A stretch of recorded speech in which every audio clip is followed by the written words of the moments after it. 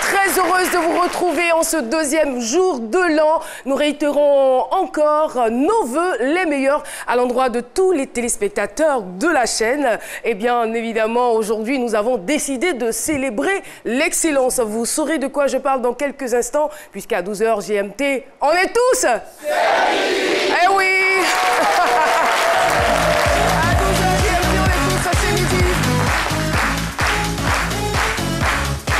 Aujourd'hui, l'équipe du jour est composée de 2 personnes.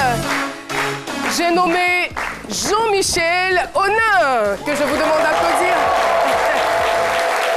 Alors Jean-Michel, nous savons, l'année a bien démarré. Et bien, c'est une belle année qui démarre pour nous. N'est-ce pas? De très belles couleurs, comme les vôtres d'ailleurs. Merci beaucoup. Bonjour à la maison. Et puis, est-ce que je peux déjà livrer le contenu de ma rubrique? Bah, si le cœur vous en dit. Hein. Forcément, on va céder à notre faiblesse des mardis, le cinéma, avec la sortie exceptionnelle de cette semaine dans les salles Majestiques. Ça va être Insidious, la dernière clé. Je vous en donnerai des images et des détails. Et puis, on évoquera également le Burkina Faso qui accueille 13 nouvelles chaînes de télévision gratuites, joli cadeau et encore une petite coquille qui vous attend, en disant un petit biscuit prévu pour vous. Merci beaucoup Jean-Michel, que je vous demande d'applaudir très très fort. Et oui, notre philosophe, Docteur Philo, oui, ça va, tout va bien? Oui, ça va bien, ça va bien. C'est vrai que vous pensez à la fête encore. Moi, je suis en train de travailler, je suis journaliste. Mais, ouais, mais je suis journaliste. Nous, on travaille, on fait les enquêtes et autres. Et je ne suis pas très content de Boni de cette année-là, parce que normalement, c'est moi qui devais gagner. C'est moi qui devais gagner, normalement. Alors, on travaille, on travaille, on transpire, on va prendre le trophée, remettre à des gens. Ah non, non, non, moi je ne suis pas d'accord. C'est moi qui ai fait j'ai présenté mes dossiers et j'étais. Quand vous me regardez là, habillement ça, c'est pas le journaliste qui est là. Si, si. Mais comment on peut pas me donner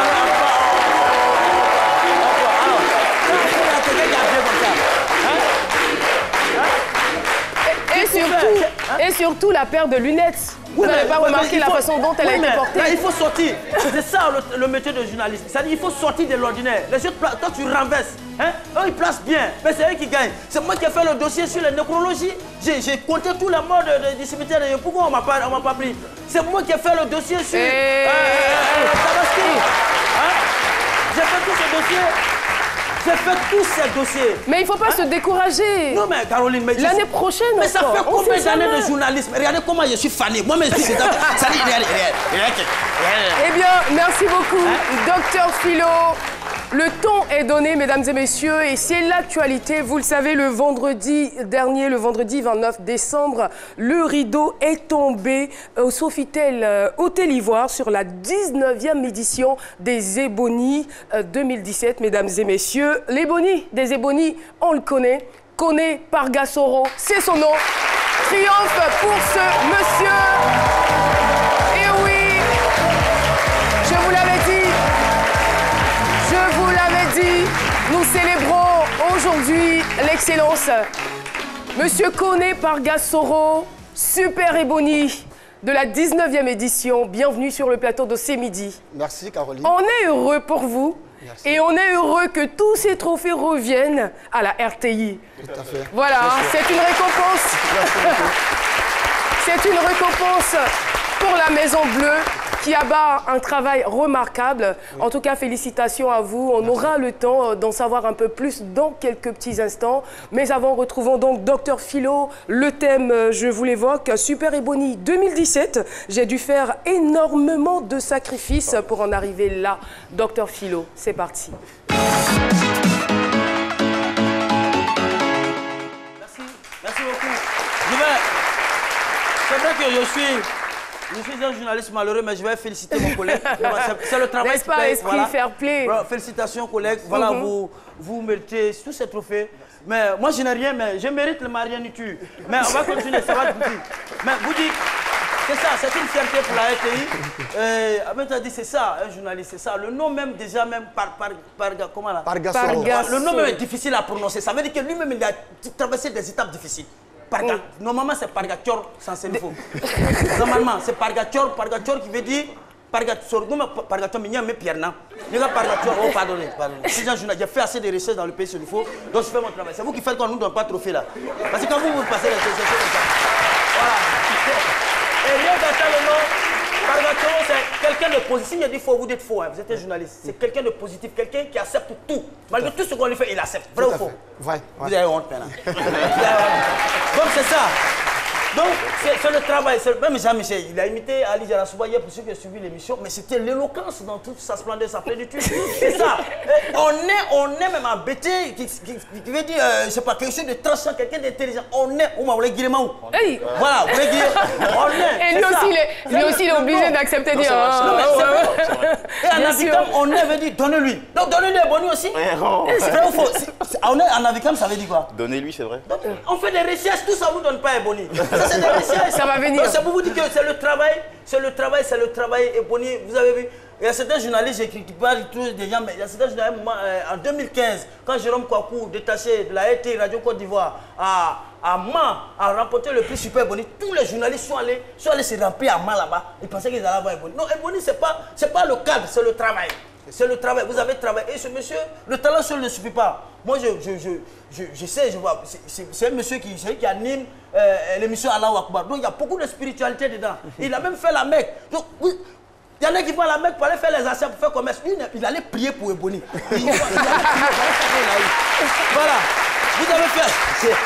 Docteur Philo, vous avez fait. Allez-y, voilà, d'accord. terminez. Et c'est ça, vous avez prié à beaucoup de... Et le talent seul ne suffit pas. Je vais dire que vous avez fait d'énormes sacrifices. Les sacrifices, c'est pas de prendre courir, aller jeter au carrefour, ton voisin va marcher dedans. C'est pas prendre Nomi à donner à Mandia. C'est pas ça le sacrifice. Le sacrifice, c'est travailler davantage d'arrache-pied. C'est être humble. Et ce monsieur, il est humble. Merci ce monsieur, il est humble. beaucoup. Il mérite tous ces trophées-là. Merci beaucoup, voilà. Docteur Philo. Vous avez parlé de sacrifice, exactement. C'est ce mot qui va nous permettre d'aller à notre micro-trottoir à travers la question suivante. Quel genre de sacrifice feriez-vous pour atteindre vos objectifs? Il y a des sacrifices pour pouvoir arriver à ses fins. Voilà, ça dit que en premier, il faut être patient. Voilà, il faut travailler beaucoup. Voilà, et puis bon, il faut savoir ce que tu veux en fait. Personnellement, je me consacre au travail. Avec abnégation, volonté, mettre tous les atouts que j'ai, le niveau intellectuel, m'entourer de ma famille, ça me permet d'avancer. Me sacrifier vraiment, corps et âme pour ça. Mais en restant toujours dans le travail productif. Être patient, parce que c'est de la patience aussi la réussite.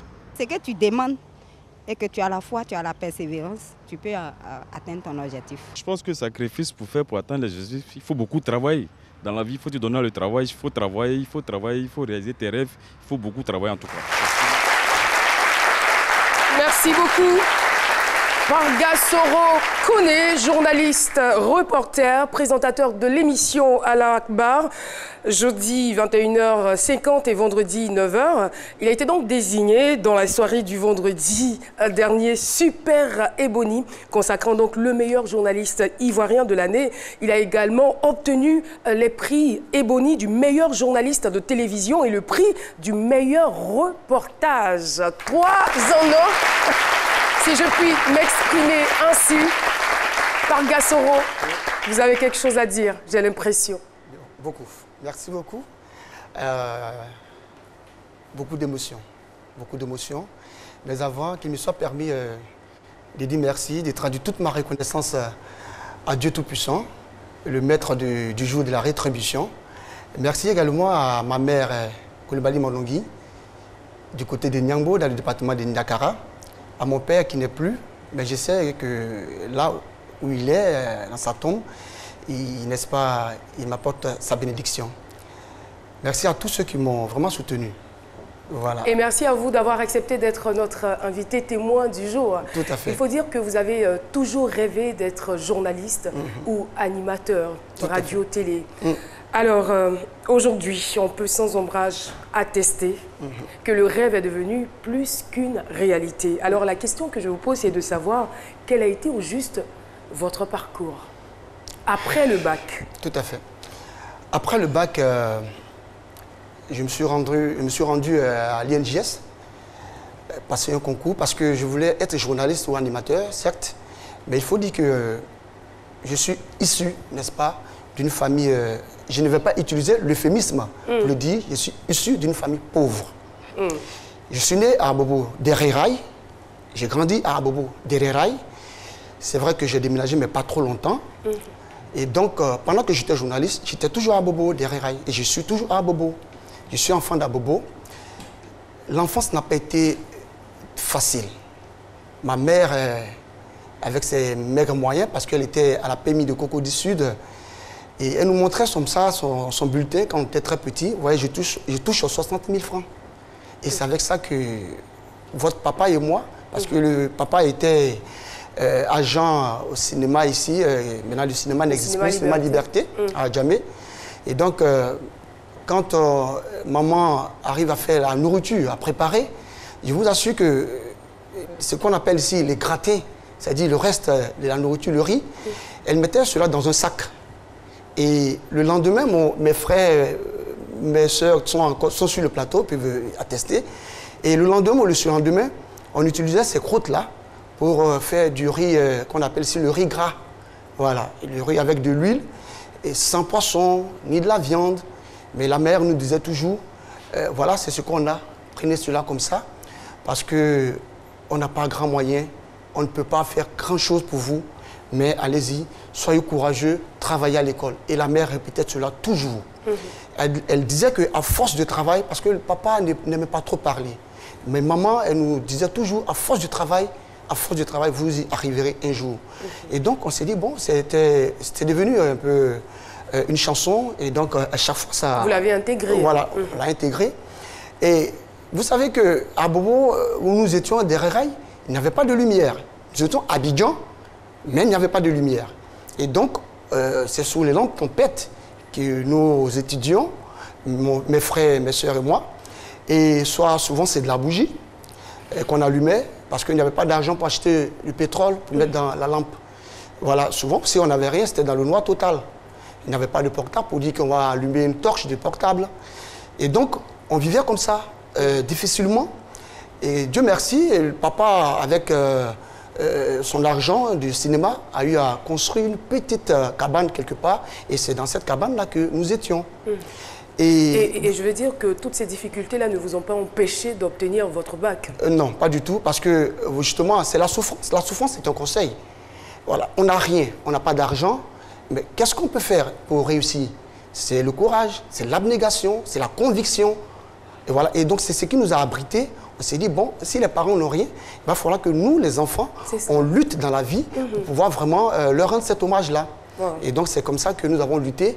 Et il y a un fait qui vraiment me touche beaucoup, énormément, et pour montrer vraiment à la jeunesse d'aujourd'hui que la facilité ne paye pas. Vous savez que je disais qu'il n'y a pas de lumière. Et donc, chez nos frères nigériens, il y avait ce qu'on appelle les batteries de voitures, de véhicules. Ce sont ces batteries-là qu'on allait charger.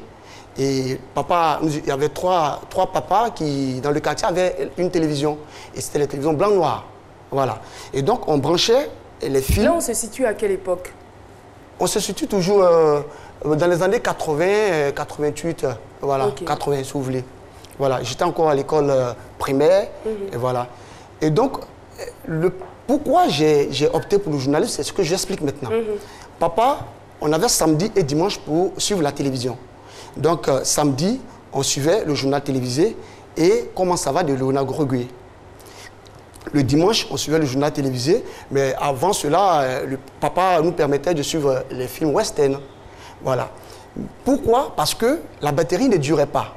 Si vous devez suivre samedi toute une émission, enfin tout un programme, alors ce serait difficile pour vous, n'est-ce pas, de suivre le journal télévisé du dimanche. Et papa n'acceptait pas cela. Donc on finit samedi, journal télévisé, Léonard Greguet, on éteint la télévision. Et bon, voilà comment est-ce qu'on a vécu. À force de suivre le journal télévisé, voir un peu aussi l'émission samedi, Tempo et tout ça, je me suis dit, bon, je veux devenir animateur. Je veux faire comme Georges Aboké, je veux faire comme Didier Bléou. Voilà, je veux devenir animateur. Voilà, donc, Et puis faire comme les Vinyamke, nous fait Nabi et tout ça. J'ai dit, mais un jour, moi, je serai journaliste. Hein. Les gens disent, tu vas passer par où, comme on dit à Abidjan, tu vas passer par où pour être journaliste. Il y a toujours des gens comme ça pour vous décourager. Tout à fait. Mais je me suis dit que vraiment, c'est vrai que la vie était difficile pour nous. Et je vendais avec ma petite sœur du savon qu'on appelle ici savon Kabakuru, que ma maman fabriquait avec de l'huile et tout ça. Et sur la tête, il y a un produit, un médicament qu'on appelle chez nous Finigui, c'est un médicament du palu. On allait vendre tout ça 100 francs. On se promenait dans le quartier, on allait dans d'autres quartiers et on venait 100 francs. On vendait le savon plus ce médicament-là. Et puis bon, on venait me remettre l'argent à maman. Pour dire que c'est vraiment à dessein que nous avons décidé, au-delà de ce que vous avez glané à cette soirée-là, c'est à dessein qu'on vous a choisi comme invité témoin parce que votre parcours, il est plus qu'édifiant. Ouais. Et justement, vous rêvez d'être journaliste ou animateur et finalement, par manque de moyens, vous vous retrouvez à l'INJS. Et comment est-ce que vous passez et vous devenez par la suite professeur d'épreuves physiques et sportives? Voilà. Comment est-ce que vous passez de professeur DPS à journaliste? Vraiment, c'est surprenant. C'est vrai, beaucoup d'hommes me posent la question. Mais tu étais professeur DPS? Et dit oui, mais on entend ton nom. C'est toi qui es le journaliste? Et dit oui, mais comment tu fais? Bon, donc, effectivement, après le bac, d'abord j'ai échoué au bac 2 fois. Yako, on est passé par là. J'ai échoué au BPC aussi. Voilà. J'ai également échoué au BPC. Et dites-vous que c'est le bac et le BPC, j'ai obtenu ces 2 diplômes-là en candidature libre. Voilà. Et donc, après cela, je suis allé passer le concours de l'INJS. Ça n'a pas marché. J'ai passé le concours du CAFOP. Ça n'a pas marché. Ah bon, candidature libre. Le bac, on ne peut pas aller à l'université. Ce n'est que des concours que vous pouvez passer. Et donc, je ne me suis pas découragé. À l'INJS, on m'a dit, bon, il y a une porte de sortie, c'est-à-dire que vous pouvez faire une formation et enseigner dans les établissements privés. Je me suis dit, bon, je peux le faire. Je vais le faire pour pouvoir économiser. Moi, dans ma tête, c'est de devenir journaliste ou animateur. Mais comment? Puisque je n'ai pas d'argent, mes parents n'ont pas d'argent. On dit ici en Afrique ou en Côte d'Ivoire, mon devant, mon derrière, c'est vraiment grillé. C'est-à-dire que, comme un gomi, c'est-à-dire que j'ai personne pour m'aider. Les oncles, personne pour m'aider. Ma maman n'avait pas assez d'argent, mon papa n'avait rien. Et mon papa, quand le cinéma est fermé, il s'est retrouvé sans rien à la maison. Donc la maman seule s'occupait de toute la famille. Et donc, je me suis dit, bon, je vais entrer au privé. C'est comme ça que j'ai fait la formation à l'INJS. Et puis, j'ai pu obtenir un stage au lycée Saint-Joseph d'Abobo.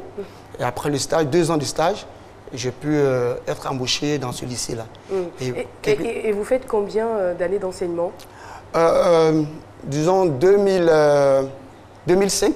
D'accord. Voilà, jusqu'à 2012, je crois, en 2011, où j'ai été renvoyé de l'établissement parce qu'on dit qu'il y avait un problème économique, tout ça. Il y avait d'autres établissements qui se créaient. Voilà. Donc, j'ai été renvoyé de l'école et je ne faisais plus rien. Mais quand Dieu est avec vous, Caro, je le dis, si vous avez Dieu avec vous, vous avez la bénédiction de vos parents, et si vous respectez tout le monde, enfants, grands, petits, si vous respectez tous ceux qui sont autour de vous, sincèrement, Dieu ne vous abandonne pas. Wow. Merci pour ces conseils. Il ne vous abandonne pas. Donc, est-ce que ces années d'enseignement vous ont quand même permis de pouvoir économiser afin d'aller dans une école de journalisme? Oui, je me suis renseigné, l'école ISTC Polytechnique aujourd'hui, c'était 1 million et quelques. 1 million, disons 1 million environ. Donc, comment obtenir cet argent? Je ne touchais pas assez au lycée quand j'ai été embauché. Il fallait aussi trouver d'autres choses. Et donc, dans d'autres collèges, j'allais donner les prestations. Et puis, c'est tout cela que j'ai pu mettre ensemble et puis, bon, passer le concours de l'ISTC. Alors, disons que ma femme, en son temps, bon, j'étais marié déjà. J'avais ma femme, quand j'étais professeur, maman me disait, non, n'attends pas. J'ai dit, maman, je n'ai pas grand moyen. Elle est là avec Elle vous, est là, mon épouse. Elle est voilà. là. Bonjour, voilà. Madame Koné. Levez-vous, s'il vous plaît, pour qu'on vous voit. En plus, elle est belle. Et oui, on a là enfants, vos enfants. Oui, oui, les enfants Koné, vous pouvez vous lever pour qu'on vous voit. N'est-ce pas? Et voilà, il y a la chance d'avoir aussi de jolis enfants. Merci beaucoup.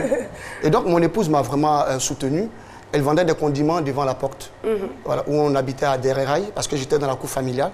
Et elle me disait, bon, ça va aller. Et souvent, elle me donne 400 francs. Les samedis, vous savez, les samedis à l'ISTC, c'est de 8h à 17h. Et donc, les samedis, elle me donnait 400 francs. J'emprunte un bus, 200, et le retour aussi 200. Mais à midi, comment je mange? Je voudrais vraiment rendre hommage et dire merci à tous ceux qui m'ont aidé quand on était à l'ISTC, c'est-à-dire la génération. On allait manger de la tchéké. Bon, j'étais un peu, entre griffes, un coco. Voilà, un coco, ça dit qu'on invitait... C'était quoi? C'était un coco modéré ou un coco dangereux? Bon, modéré parce que je mettais un peu de la comédie, voilà, pour... voilà, et puis bon, vraiment, voilà. En tout cas, vous êtes retrouvés là au prix d'énormes sacrifices, on peut le dire. Hein. On ne va pas forcément égrener le chapitre de vos années ISTC, donc on comprend que c'est de là que vous êtes venu à la RTI. Et je vais vous demander de nous parler de cette fameuse nuit, cette mémorable nuit du 29 décembre. Comment l'avez-vous préparée? Oui, c'est vrai, avant de parler de la préparation, c'est que effectivement, je suis rentré à la RTI. À la RTI, le professeur qui m'a demandé de m'intéresser au sujet informel, je voudrais lui rendre hommage. Monsieur Kassi Vincent Fantier, mon papa, mon formateur, mon professeur. Merci papa. Merci papa. Ce trophée t'appartient. Merci à Kadi Fadiga qui m'a encadré ici à la RTI, à RTI 2. Elle m'a donné aussi le goût, n'est-ce pas, de l'informel. C'est elle qui corrigeait nos papiers. On disait qu'elle était due, mais elle était due parce qu'elle voulait qu'on soit de bons journalistes. Parce que lorsque vous avez le goût de l'informel, des sujets informels, vous avez une écriture télévisuelle vraiment parfaite. Voilà. Et donc, c'est tout cela qui m'ont vraiment encadré, et bien d'autres. Hein. Et là, je ne vais pas citer tout le monde puisqu'on a passé le temps. En tout cas, tous les journalistes qui corrigeaient mes papiers ici, Abou Sanogo, Franck Kwadjo, Maman Zelika, voilà. En tout cas, tous ceux-là, je voudrais leur dire merci. Parce que c'est tout cela qui a contribué voilà, à ma réussite aujourd'hui. Une façon de dire que vous n'avez pas émergé seul. Ouais.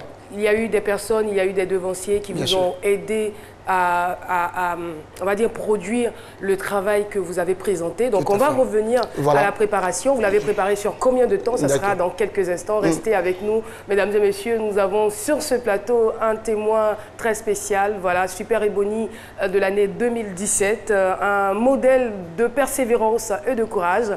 On revient à lui juste après la pub.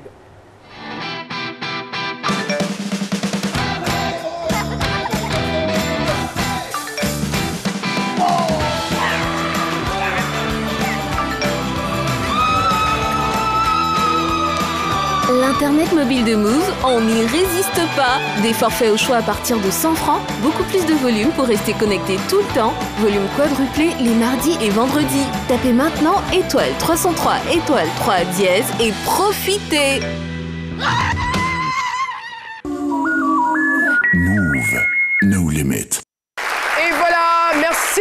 Si vous nous rejoignez, vous êtes sur RTI 1, vous suivez C'est Midi et nous écoutons notre témoin du jour qui n'est autre que le Super Ebony 2017, émanant bien sûr de la RTI. Mesdames et messieurs, nous en sommes fiers et heureux. Et voilà, il nous racontait son histoire. Il en a vu des vertes et des pas mûres et cela ne l'a pas empêché de réaliser son rêve de devenir journaliste. Mais comment est-ce qu'il est devenu Super Ebony? Comment est-ce qu'il a préparé? C'est de ça qu'on parlait, n'est-ce pas, avant la pub. Tout à fait. On y va, vous avez la parole. D'accord, merci Caroline. Et donc, voilà, j'étais à la Mecque. Voilà, pour les reportages du Hajj. Philo n'avait pas tort, alors. Voilà, et bien sûr. Et quand je suis revenu, ils avaient déjà lancé Ebony. Il ne me restait qu'une semaine pour déposer, n'est-ce pas, mes réalisations. Et comme je l'ai dit, il faisait beaucoup de sujets informels. J'ai choisi un nombre de sujets que j'ai proposé à madame. Elle a suivi, et j'ai mis sur clé, j'ai mis sur la télé. Elle a suivi, elle m'a dit, bon, ça c'est bon, ça c'est bon, ça c'est bon. Et puis elle me dit, mais et les enfants? On propose aux enfants, effectivement, parce que vous savez que l'enfant, c'est l'innocence. Or, l'innocence, n'est-ce pas, est source de pureté. Et donc, les enfants ont choisi. Et ce que les enfants ont choisi, c'est ce que j'ai déposé. Wow. Voilà. Et donc, trois reportages, 3 dossiers et 3 interviews. Et donc, c'est ce qui m'a vraiment valu ce prix-là. Et le prix du meilleur reportage. Oui. Voilà, c'est par rapport, on va dire, à un document, un reportage sur la cellule antimicrobe qui vous a valu donc ce prix, n'est-ce pas? Tout à fait. Effectivement, la cellule antimicrobe est une organisation de jeunes, n'est-ce pas, à Bobo. Vous savez que un moment, une période de l'année, les microbes sévissaient. Voilà, ils assassinaient des pauvres populations, n'est-ce pas, chez elles à la maison. Et donc, la cellule antimicrobe, ces jeunes ont décidé, n'est-ce pas, de défendre ces populations-là. Parmi ces jeunes, il faut le dire, il y a les infirmiers d'État, il y a des professeurs, il y a des menuisiers, en tout cas, il y a tout, n'est-ce pas, tout homme, si vous voulez, tous les secteurs d'activité sont représentés dans la cellule antimicrobe. Mais vous, voilà. en tant que journaliste, quel regard portez-vous sur la constitution de cette cellule? Bon, en tant que journaliste, vous savez que le journaliste, il est, comme on le dit, oui, bien impartial, sûr. Mais je pense que la cellule antimicrobe est la bienvenue. Elle est la bienvenue parce qu'elle permet justement aux populations de dormir tranquillement. Et elle apporte son aide à la police. Parce que quand on a tourné avec la cellule antimicrobe de 20h à 3h du matin, alors on a constaté que tous les enfants qui ont été appréhendés, n'est-ce pas, on a appelé la police. C'est-à-dire que les responsables de cette cellule ont appelé la police du 21e arrondissement pour que la police mette la main sur ses enfants. Et cette cellule, elle est formelle ou informelle? Elle est informelle. Elle est informelle. Elle est informelle et nous avons posé la question. Il n'y a pas de risque de dérapage? Justement, nous avons posé la question aux différents responsables et nous ont dit non, que puisque c'est des personnes contrôlées, c'est des personnes, je voulais, qui sont dans la société, mais qui travaillent et tout ça. Et donc, c'est des personnes vraiment conscientes. Et donc, tout ce que les responsables demandent et décident, c'est ce qui est fait. Voilà, voici un peu ce qu'ils nous ont répondu. Mais nous, on leur a fait savoir, mais quelles sont vos armes? Quand ils nous ont montré les armes, on a eu un peu peur. La machette, le couteau bien déguisé, le gourdin. On a vraiment pris des risques. Mais vous savez, Caro, tu es du handball. Je suis Senufo, je ne suis pas Odineka, Maoka, Koyaka, qui m'excuse. Le Senufo, c'est celui qui prend des risques. Et quand on prend les risques, ça donne ce que c'est. Voilà le. N'est-ce pas? Je peux toucher? Est-ce que je peux toucher? Sait-on jamais? Oui, bien sûr. Voilà, 19e édition des Ébonies, Nuit de la communication 2017. Attention, il faut que je touche délicatement. Hein. Ne soyez pas jaloux, je touche pour vous aussi. Voilà, 19e édition, c'est la même chose. Et ça, c'est le super prix du meilleur journaliste ivoirien. Là, on a le prix Ébony du meilleur journaliste télévision, prix spécial Joseph Diomandé du meilleur reportage. Alors, quand on vous appelle comme ça, déjà, je suppose que vous ne vous attendiez pas forcément. On ne vous a pas appelé auparavant pour dire que vous seriez le super Ébony. On vous appelle une fois, j'imagine la joie. On vous appelle 2 fois, j'imagine l'extase. La 3e fois, moi, si c'est moi, je tombe. Franchement. Et vous avez tenu. Est-ce que vous pouvez nous décrire les sentiments qui vous animaient ce jour-là, cette nuit-là? Beaucoup d'émotions, hein, beaucoup d'émotions. J'étais arrêté, j'étais là sur le podium avec le ministre, mais mon esprit n'était pas là. Il était où, à Tafiré? Mon esprit était à Tafiré, à Nyangbo, voilà. C'est-à-dire qu'au fait, je pensais à la souffrance. J'étais là, mais je pensais à la souffrance. Je pensais à ce que nos chefs de service, tous les chefs de service qui m'ont encadré, me disaient, travaille, travaille, reste humble. Parce que c'est cela aussi, l'humilité. Philo l'a dit, l'humilité paye. Tu te fais petit, Dieu t'élève. Donc, l'humilité, c'est vraiment très important dans la vie d'un homme. Et vous savez, quand vous avez ce genre de trophée, c'est maintenant que le travail commence. Pargassoro n'a plus droit à l'erreur. Ça, c'est clair. Voilà. On vous a à l'œil, là. Justement. Et il va continuer de travailler, il va continuer d'aller, en tout cas, dans les quartiers les plus défavorisés et faire ressortir des sujets vraiment inédits pour montrer à la population. Si voilà. Je vous demande ce que vous avez gagné, c'est sûr que vous me diriez, dans un premier temps, c'est la reconnaissance. On est d'accord, on est tous d'accord avec cela. En dehors de la reconnaissance, Monsieur Koné, qu'est-ce qu'on vous a donné?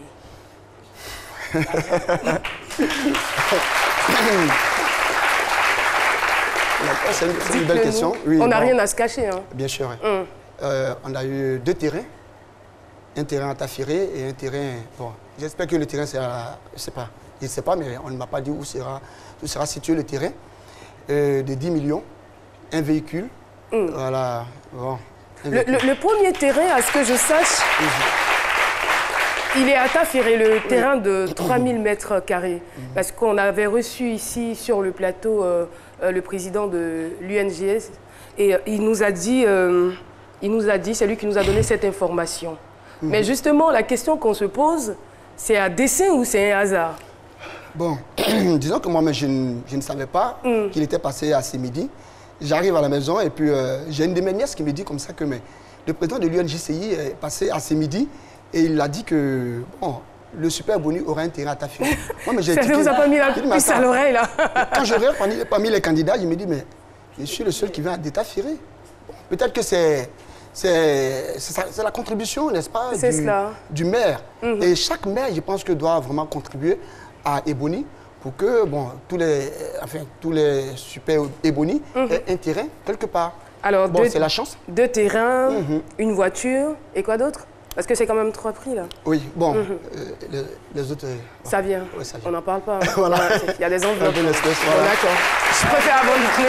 Oui, docteur Philo. Je vais poser une question à Alim. C'est vrai que normalement cette question je devais la poser un peu plus tôt, mais en matière de journalisme, on parle de combat de réflexe. Le collègue. On peut à la fin peut revenir en arrière. Vous parlez de courage. Moi, je suis un peu impressionné par le dossier sur la cellule anti-micro. Vous êtes un Sénéfo, vous l'avez dit. Courageux. Mais je me demande, vous étiez où quand les 2 Chinois allaient frapper les audiences? Alors vous étiez où? Mais en même temps, vous n'êtes pas cadreur. Est-ce que ça n'a pas été difficile pour les cadreurs de vous accompagner? Tout à fait. Oui, j'allais venir là-dessus pour vous dire que, comme Caro l'a dit, Pargasoro n'a pas tourné seul. Il a tourné avec une équipe technique. Je voudrais dire merci à Kone Paralos Aruna. Qui? Kone Paralos Aruna, qui est caméraman stagiaire. Vous savez, quand on a envoyé la feuille, beaucoup de caméramans ont refusé de tourner avec moi parce qu'ils se disent que c'est pour aller se donner la mort. Mais le jeune stagiaire a accepté de m'accompagner. Et nous sommes partis. Il y a eu aussi un machiniste. Occasion pour dire merci à tous les machinistes de la RTI, à tous les caméramans de la RTI qui font vraiment un boulot colossal. Merci aussi à tous les chefs de service qui nous accompagnent dans cette tâche-là. Et donc, pour dire que c'est les monteurs également, ceux qui ont monté aussi l'élément, c'est toute une équipe qui a travaillé pour qu'on puisse remporter, n'est-ce pas, ce trophée-là. Oui. Oui, Jean-Michel. Félicitations à vous, merci pour l'exemple que vous nous donnez. Merci. Et ma question, c'est quand on s'engage dans ce genre de reportage choc sur le terrain, quels sont les dangers de façon très explicite auxquels on est confronté, et puis quelles sont les émotions, les choses qu'on voit et que le reste des Ivoiriens ne voient pas? Vraiment, Les coups de machette. bien sûr, parce que quand on doit aller tourner ce genre de reportage, c'est dans la forêt. Vous savez, nous avons tourné dans la forêt pratiquement parce que les responsables nous ont fait savoir que c'est dans cette forêt-là, il y a des fumoirs. Et donc les enfants vont s'inspirer là-bas et viennent attaquer, n'est-ce pas, les pauvres populations. Et donc on s'est dit qu'on prend beaucoup de risques. On peut perdre la vie, on peut être blessé. Mais, comme je l'ai dit, le journaliste, c'est celui qui affronte toutes sortes de dangers. Quand on sait qu'on peut informer la population à partir d'un sujet, il n'y a pas de souci. Donc, je pense qu'on prend beaucoup de risques, mais il n'y a pas de risque. Et sorti de cette expérience, est-ce que vous pensez que vous êtes capable aujourd'hui, en tant que journaliste, de contribuer à la résolution de ce phénomène en Côte d'Ivoire avec des propositions inspirées du terrain? Oui, bien sûr. Mais c'est des propositions qu'on pourra faire hors antenne. Voilà. Déjà, c'est un bon pas avec ce reportage. En tout cas, merci beaucoup. Vous avez remarqué certainement la présence du sage Haïté sur notre plateau. Le sage Haïté que je vous demande de saluer, s'il vous plaît. Merci d'être là. C'est votre tour. On va vous retrouver juste après cet élément.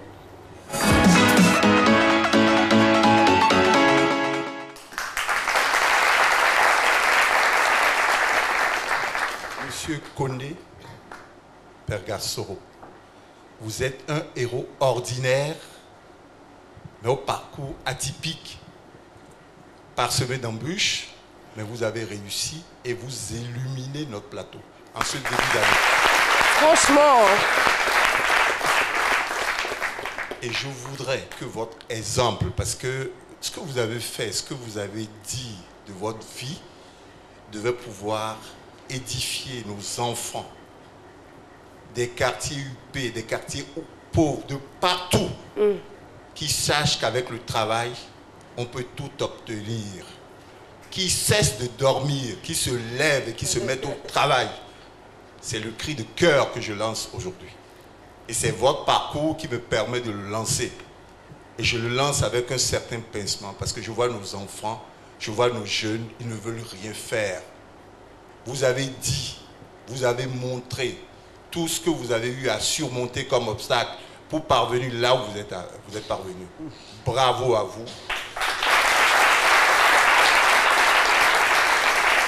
Que votre exemple soit enseigné dans les écoles, c'est-à-dire vous devez donner des conférences un peu partout pour raconter qu'on peut partir de rien et tout obtenir. Les prix et bonis que vous avez eus en sont la preuve palpable. Merci beaucoup. Merci beaucoup, le sage a été... Il n'est pas un exemple à 100%. Il n'est pas un exemple à 100% parce qu'il a laissé la pauvre dame vendre des condiments devant la porte. Il allait mettre 1 million à ISTC. Avait-il le choix? Mais... Merci madame et merci les enfants pour avoir aidé votre papa à faire ce choix-là. Merci beaucoup. Alors pour répondre à Philo, c'était un sacrifice qui méritait d'être fait. Parce qu'aujourd'hui, on a les résultats. Il a eu en moins de 5 ans d'activité de journalisme ce que fonctionnaire, on va dire en 30 ans ou en 20 ans, n'aurait pas gagné. Voilà, une voiture, 2 terrains et encore beaucoup d'argent. Voilà. Vraiment, merci. Je vous en prie. C'est le trophée de toute la RTI. Oui. Tous les agents de la RTI.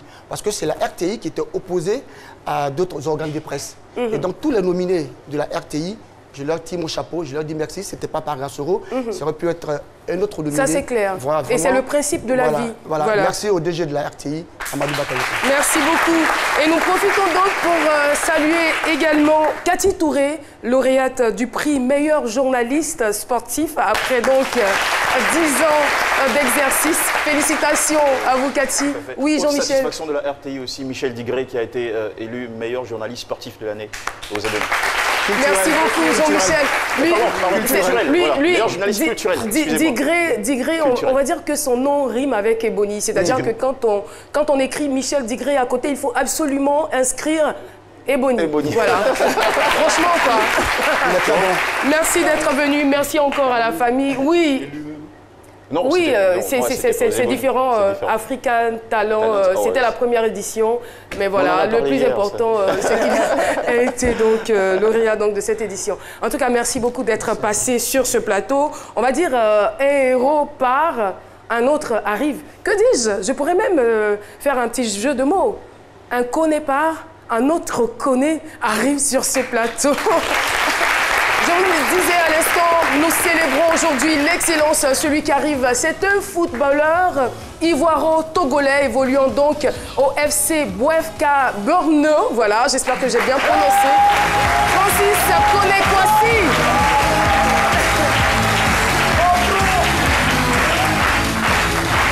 Vous allez bien? Alors, Francis Koné, j'espère que vous le reconnaissez. Rapprochez-vous, s'il vous plaît. Ce n'est pas la première fois qu'il vient sur ce plateau. Ça fait la 2e fois qu'on le reçoit. On l'avait reçu en invité témoin. Et là, il nous revient avec donc ce trophée, le prix FIFA du fair play pour avoir sauvé la vie d'un gardien adverse. N'est-ce pas, Martin Berkovec, c'est bien cela. Bah, félicitations. Merci. Vous êtes un ami de la vie. Hein. Alors, expliquez-nous comment ça s'est passé. Est-ce que ce prix-là est relatif après ce que vous nous avez raconté sur le plateau ou bien après votre passage sur ce plateau, vous avez encore sauvé quelqu'un? Non, c'est après avoir passé sur ce plateau que j'ai eu ce prix. Ah, on vous a remarqué, hein, pour dire à quel point l'émission est suivie. Hein. Bah, félicitations. Merci beaucoup. Et une adresse particulière à l'endroit de tous les téléspectateurs qui vous regardent? Oui. Vraiment, c'est une joie, c'est une très grande joie. D'abord, je vais souhaiter mes vœux les plus sincères à tous les spectateurs qui sont là et à toute la Côte d'Ivoire. C'est une très grande joie pour moi d'être sur ce plateau. Vraiment, je remercie Dieu parce qu'il nous a permis d'être là encore. Il nous a permis de voir cette nouvelle année 2018. Et il faut dire que ce prix, je le dédie d'abord à ma maman, qui a beaucoup souffert pour moi, et à tous les spectateurs qui sont là, à vous précisément. Merci. C'est gentil, merci. Merci de m'inclure là-dedans parce que des fois on m'oublie. Hein, voilà, merci beaucoup. C'est vraiment gentil. Voilà, vous avez salué votre frère Koné. Une affaire de Koné. Bah, on ne va pas changer de nom pour autant. Hein, voilà. En tout cas, on est vraiment fiers de vous deux, on est fiers. Et votre témoignage m'a vraiment touchée, c'est-à-dire que vous êtes toujours prompte, dès que vous avez un de vos collègues, même adversaires, en difficulté, vous courez et vous le sauvez. Et voilà, je pense que vous méritez amplement ce prix. Merci d'être venu nous le présenter, c'est un signe de reconnaissance. Merci beaucoup Francis Kwasi Koné, je rappelle, qui est footballeur togolais, donc évoluant au FC... Bouafka Borno, c'est bien prononcé. Oui, c'est ça. Ah là là, ben, je suis trop faute. Hein, voilà. C'est en République tchèque. Merci beaucoup et merci d'être passé. À très très bientôt. Au revoir. Au revoir. Bah, merci beaucoup. On se dit à bientôt. À bientôt. Voilà. Merci de rester en notre compagnie. L'émission se poursuit. Avec votre permission, nous allons partir pour une nouvelle rubrique qui a fait son entrée il y a quelques semaines dans cette émission. La rubrique s'appelle Chap Chap. C'est-à-dire que Chap Chap, très rapidement, il faut donner des réponses aux questions qui vous sont posées. Alors, celui qui se prête aujourd'hui au jeu, c'est Malox, artiste camerounais. C'est parti.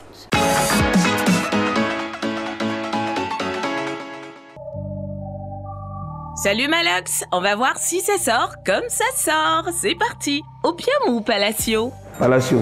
DJ Cyrus Black ou DJ Luda? DJ Luda. Fally Ipupa ou Koffi Olomide? Koffi Olomide. Douala ou Abidjan? Douala, Douala. Ondolé ou Poulet DG? Ndolé. Politique ou business? Business. Chantal Biya ou Michelle Obama? Chantal Biya. Malik Berry ou Mr Easy? Mr Easy.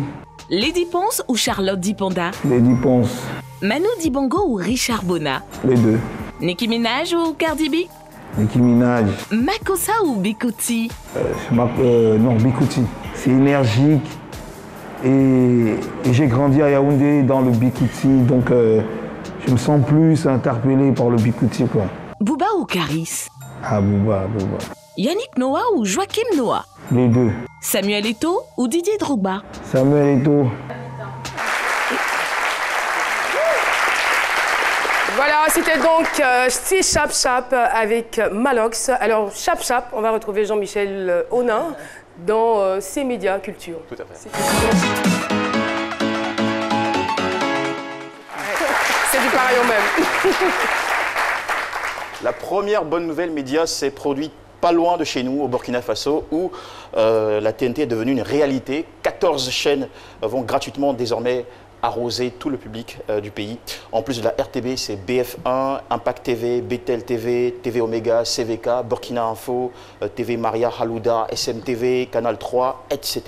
qui auront la lourde responsabilité, mais aussi la passionnante, d'informer, divertir, éduquer et inspirer les Burkinabés. À noter aussi qu'il y a des stations de radio déjà détentrices d'autorisation, telles que Watt FM, Horizon FM et Ouaga FM, qui se préparent à lancer, donc à acter leurs idées et images. Autre détail, la cérémonie de lancement s'est tenue. Je pensais qu'on allait parler de cette ouverture audiovisuelle aussi au niveau de la RTI.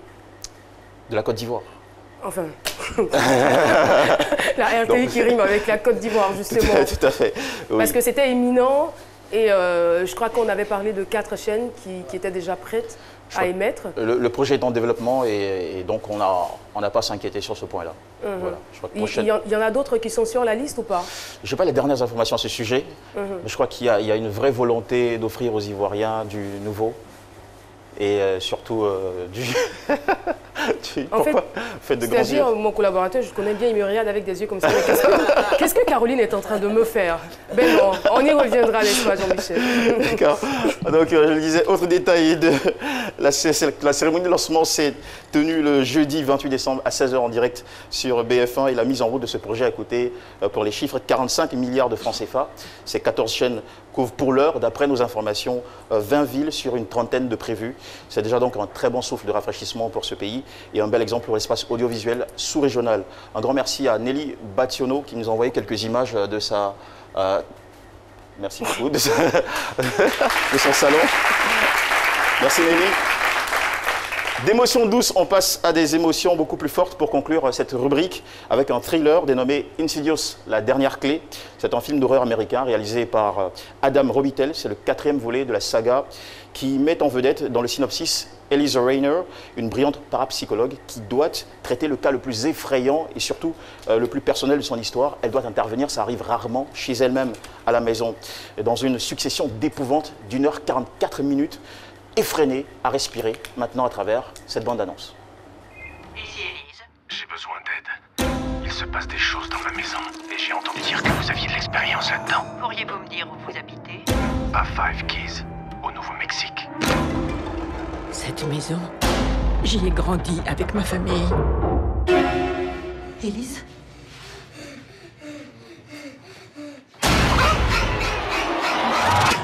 Quand ces manifestations ont-elles commencé? Peu de temps après l'emménagement. J'ai déjà vu des fantômes ici, il y a très longtemps. Je vois aussi des choses.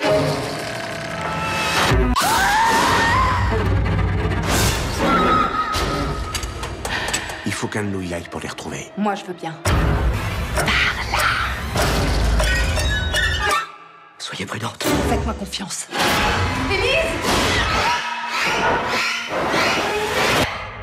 Ces apparitions peuvent être terrifiantes. Donc, faites un tour dans toutes les salles des cinémas Majestic pour profiter de ces cadeaux. Juste une image, on va en distribuer tout à l'heure. Merci beaucoup Jean-Michel et profitons donc pour saluer les femmes dynamiques des deux plateaux qui sont avec nous dans ce studio. Et saluons également le fan club, c'est midi. Et comment ne pas remercier notre partenaire Chic Shop Riviera Palmeraie. Avec Chic Shop, la fête est assurée et se poursuit, n'est-ce pas? Alors, vous pouvez distribuer les différents cadeaux offerts par notre partenaire. Les amis des voilà. Les enfants là-bas. Tenez, ajoutez ça à vos 3 trophées. Voilà, pendant ce temps, les cadeaux sont distribués et nous sommes à quelques secondes de la fin de cette émission. C'est pas facile hein, de choisir tout seul. J'espère ne frustrer personne. Venez toujours, on a un cadeau pour vous, venez. Mais ne venez pas seulement que pour les cadeaux, hein. Faites le show. Monsieur Niali. Ah non, maintenant, Monsieur Niali dans le public. Et pour finir, désolé. Ah, c'est vous, on me demande de vous remercier. Merci beaucoup d'être là. Et voilà, l'émission est terminée. Hein, public de ces midis, on se lève pour dire au revoir à nos téléspectateurs. On a été très heureux de vous présenter ce numéro de ces midis. Et bien à 13h, vous aurez le journal télévisé. Et bien sûr, restez donc sur notre chaîne. Nous avons les meilleurs programmes. Au revoir.